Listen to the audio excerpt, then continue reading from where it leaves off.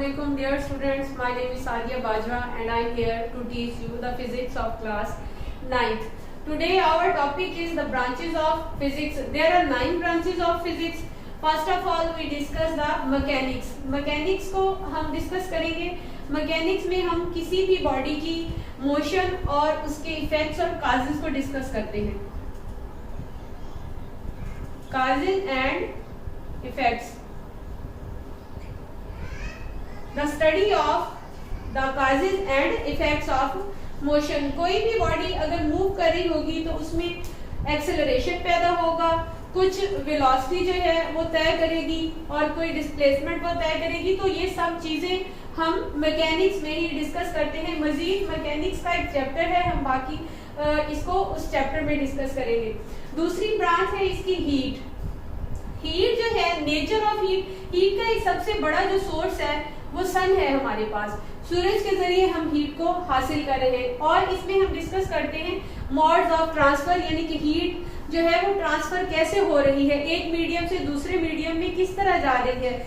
और फिर हम इसके हीट के इफेक्ट्स को भी फिजिक्स की इसी ब्रांच में डिस्कस करते हैं. थर्ड ब्रांच है हमारे पास साउंड. साउंड में हम साउंड वेव्स, साउंड सबको पता है कि साउंड जो है वो वेव्स में ही प्रोपोगेट करती है एक जगह से दूसरी जगह. ये जो मैं बोल रही हूँ या आवाज किसी तक पहुंच रही है तो लहरों की सूरत में ही ये पहुंच रही है.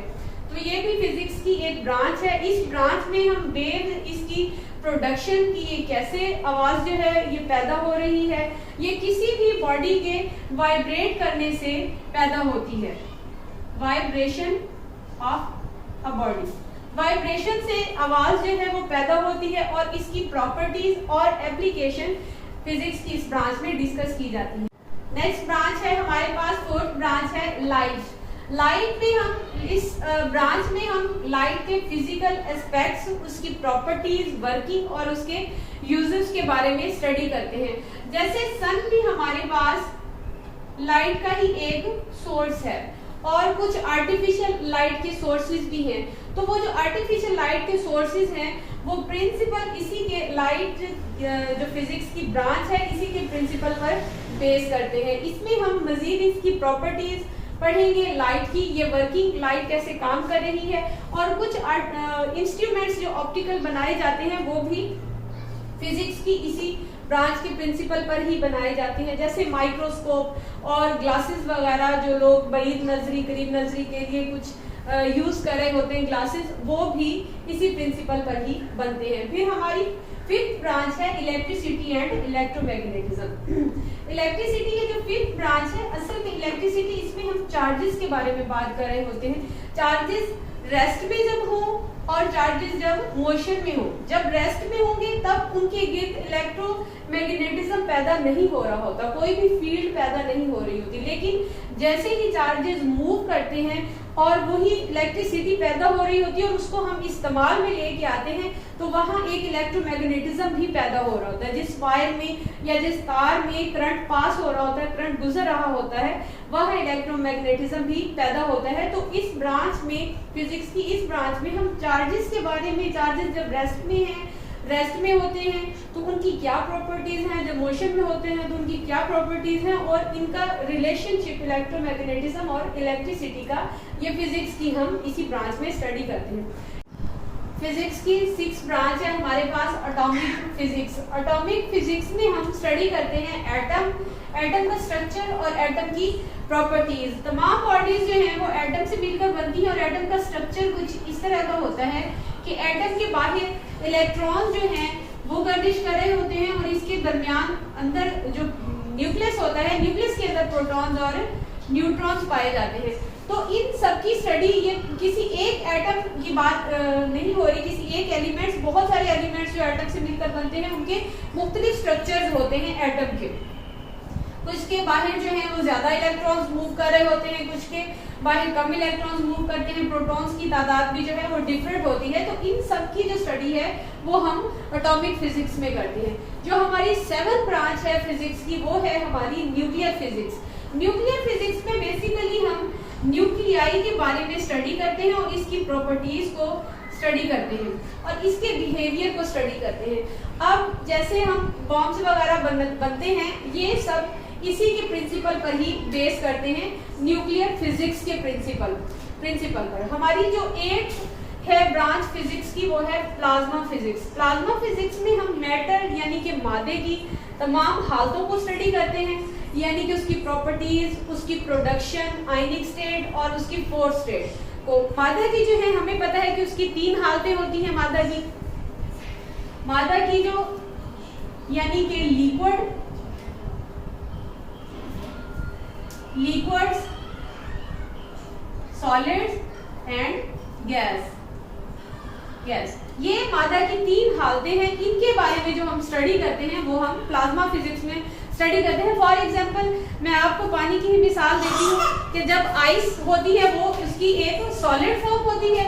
आइस में पानी जो है आइस से बनता है तो सॉलिड फॉर्म होती है, वेपराइज हो जाता है तो गैस की शक्ल इख्तियार कर लेता है, और जब मैट हो जाता है तो वो लिक्विड फॉर्म में आ जाता है। तो हम मादा की तीनों हालतों के बारे में प्लाज्मा फिजिक्स में ही स्टडी करते हैं। जियोफिजिक्स हमारी फिजिक्स की 9th ब्रांच है, 9वीं ब्रांच है फिजिक्स की। इसमें हम हमारी जो जमीन है, जमीन के इंटरनल स्ट्रक्चर को स्टडी करते हैं। हम जियोफिजिक्स के अंदर के जमीन जो है वो उसकी अपर लेयर कैसी है और उसकी नीचे वाली लेयर में क्या है, ये सब हम जियोफिजिक्स में ही स्टडी करते हैं। ये थी हमारी फिजिक्स की 9 ब्रांचेस, और नेक्स्ट हम टॉपिक डिस्कस करेंगे कल। ओके, अल्लाह हाफिज। हमने फिजिक्स के बारे में पढ़ी है। अब हम देखेंगे कि हमारी डेली लाइफ में फिजिक्स कहाँ कहाँ इस्तेमाल हो रही है। फिजिक्स हमारी जिंदगी का कोई भी ऐसा हिस्सा नहीं है कि जहाँ फिजिक्स इस्तेमाल ना हो रही है। हमारी बहुत सी ऐसी प्रोडक्ट्स हैं, बहुत सारी चीज़ें हैं जो कि फिजिक्स के प्रिंसिपल पर ही बेस करती हैं। इसकी कुछ एप्लीकेशंस हैं जो मैं आपको बता रही हूँ। मोबाइल फिजिक्स के प्रिंसिपल है, मैकेनिक्स उसकी बेस पे बना है। जैसे पुलीज हैवी वेट्स को उठाने के लिए, लिफ्ट करने के लिए इस्तेमाल की जाती है। इसी तरह रेफ्रिजरेटर हो गया, ये थर्मोडायनामिक्स फिजिक्स की एक ब्रांच है, उसकी बेस पर रेफ्रिजरेटर्स को बनाया गया है।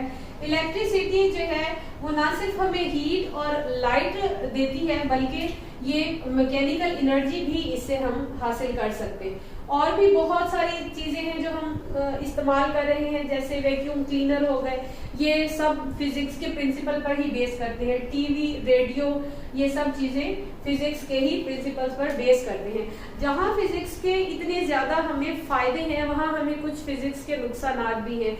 जहाँ ये सारी मशीनरी बन रही होती है वहाँ पे कुछ पोल्यूशन पैदा हो जाता है जो कि इन्वायरमेंटल पोल्यूशन होता है। एक तो नॉइज पोल्यूशन होता है ऐसी जगहों पे जहाँ पे ये चीज़ें बन रही होती हैं, और कुछ ऐसे केमिकल्स भी वहाँ डिस्चार्ज हो रहे होते हैं जो कि हमारे माहौल को ख़राब कर रहे होते हैं, ह्यूमंस के लिए हार्मफुल होते हैं, जानवरों के लिए हार्मफुल होते हैं, या फिर वो वेस्टेज पानी में डाल दिया जाता है जो कि और भी बहुत सारे जानदारों के लिए बहुत हार्मफुल होते हैं। फिर इसके बाद कुछ लोगों ने तो इसका सही इस्तेमाल किया है फिजिक्स का, लेकिन कुछ लोगों ने इसका इस्तेमाल जो है वो नेगेटिव वे में किया है। जैसे कि डेडली वेपन्स, हथियार बनाए गए हैं, ये फिजिक्स के प्रिंसिपल्स पर बनाए गए हैं, लेकिन ये है कि वो हथियार जो है वो इंसानों के लिए बहुत हार्मफुल होते हैं, जानवरों के लिए भी हार्मफुल होते हैं। कुछ ऐसे केमिकल्स बनाए गए हैं कुछ जो कि इंसानों के लिए और जानवरों के लिए, दोनों के लिए बहुत खतरनाक होते हैं। तो फिजिक्स के बहुत सारे फायदों के साथ कुछ थोड़े से नुकसानात भी हमें हैं। अब नेक्स्ट हमारा टॉपिक होगा ब्रांचेस ऑफ फिजिक्स, जो कि नेक्स्ट लेक्चर में मैं आपको पढ़ाऊंगी। और मेरे तमाम लेक्चर जो होंगे वो उर्दू मीडियम और इंग्लिश मीडियम दोनों स्टूडेंट्स के लिए होंगे। ओके, अल्लाह हाफिज।